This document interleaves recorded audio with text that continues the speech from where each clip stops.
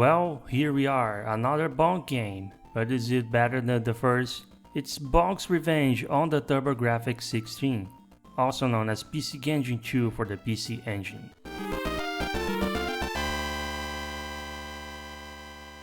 Believe it or not, there is even less plot than before. King Drew III kidnapped half the moon just to be a nuisance, which means your beautiful dinosaur waifu needs your help again. Those poor dinosaurs you rescued in the last game, they're just gone, probably brutally murdered by the villain. Bonk's adventure had some little character dialogue going after boss fights. Revenge turned out a lot which wasn't needed, but I can say I miss it too much.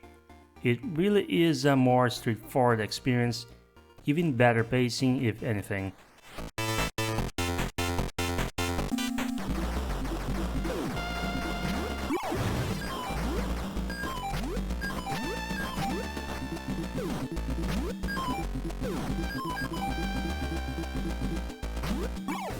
The gameplay itself didn't change all that much. The power-ups look different, giving you the ability to breathe fire when attacking from the ground with a max power-up, or freeze the enemies around you if hitting the ground with or without max power.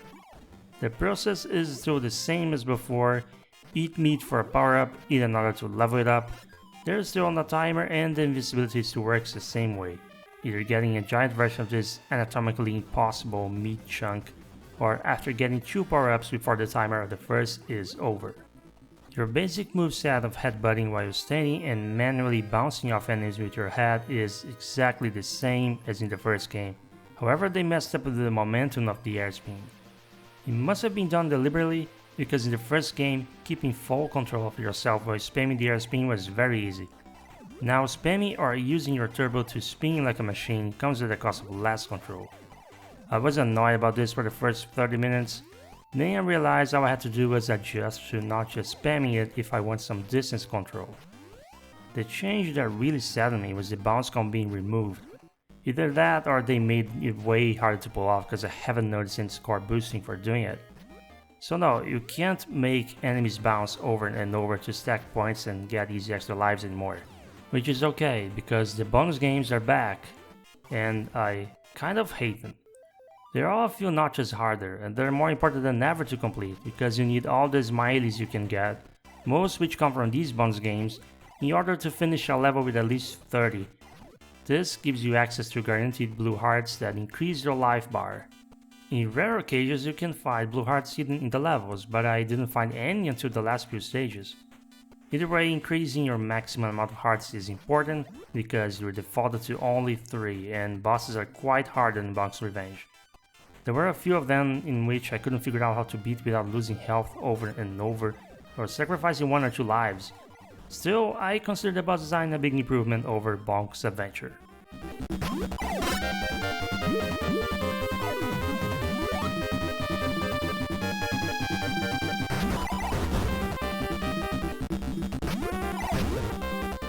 This time you also get to choose between 3 difficulties at the start screen: Practice, Intermediate, and Expert, starting you with 8, 5, and 3 hearts respectively.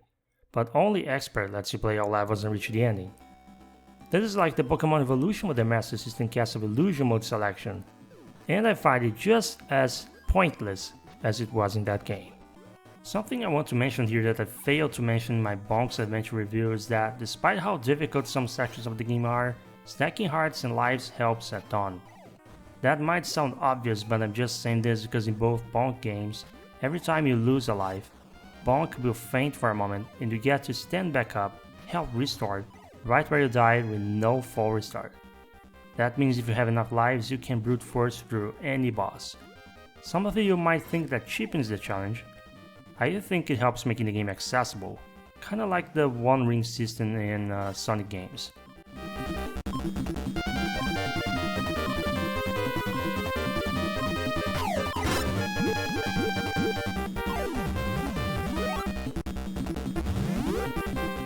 But the real positive change in Bonk's Revenge was the level design.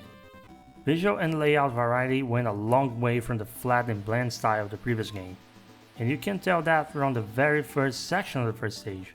There's so much more going on with the aesthetic, and each stage is unique. Bonk's Adventure had very little stages and segments that stood out or got stuck in your head. I can remember a lot more from Revenge just on account of the variety. My favorites being the Hatchet City and the ship stages. Not as memorable to me was the music. I said before that Bonk's Adventure had a lot of tracks and effects that sounded like Game Boy audio. Somehow Bonk's Revenge new tracks sound even more like they belong to a Game Boy game. Listen, I know Game Boy has a lot of fans, I just don't like the sound font used in most of its library. There are some tracks taken straight from the first Bonk game, which wouldn't have bothered me if one of them wasn't the boss theme. Out of everything, this is the one situation that could use a new track the most. I was a bit let down by the music in this, the engine theme and the bonus game music were nice, can't say I cared too much for the rest. So let me just say, Bonk's Adventure had better music. This game is essentially Bonk's Adventure but with better levels. There's just less to talk about that I didn't already cover before. If you liked the first game, you're probably gonna like this one too. If you didn't play the first game and wanted to pick between the two, I gotta recommend you just go ahead and play Revenge. The only things it doesn't do better are the music and maybe bonus games. Adventure is just a little too bare bones by comparison. I'm not gonna go in detail about my complaints again, so go check out my Bonk's Adventure review if you want to know my peeves, but let's just say there's a certain level of jank that makes this one hard to recommend to someone who isn't experienced with retro games. As for how you can get your hands on it, well, same case as Bonk's Adventure. It was on Wii and Wii U Virtual Console, but those stores were shut down. That leaves you with the option of buying the TurboGrafx or PC Engine mini consoles, or buying the original Hue card and playing on real hardware. Or, play it any other way you can. This review is my contribution to the review crew in the Retro Hangover podcast community for the month of April. That means it's time to give this a score. Bonk's Revenge on the TurboGrafx 16 gets a 7 out of 10. It shares some of the lack of polish with the hitbox and responsiveness jank of the first, but with just a little bit of patience, getting used to that jank gives you an experience that's more fun than annoying. Thank you very much for watching, check out my other videos if you like this, or subscribe for more upcoming reviews of all kinds of games I'm finishing from my endless backlog. Have a very good week. Woo!